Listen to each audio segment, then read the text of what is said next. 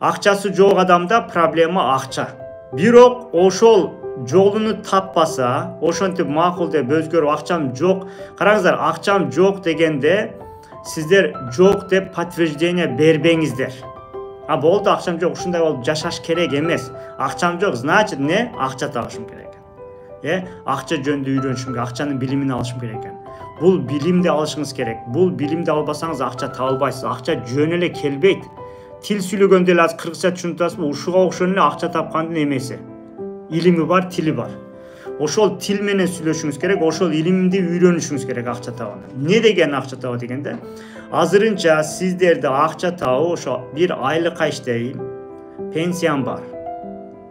Анан движение кылыш керектен бар. Движение деген туура эмес. Движение дегенде туура движение дегенди билиш керек. Же целди билиш керек. Жөндөн движение кылсаңыз эмне үчүн кыласыз? Жөндөн айланып жүрө бересизби? Ушундай да. Движение кылыш керек деген туура нерсе эмес. Движение кылыш керек деген опасный нерсе.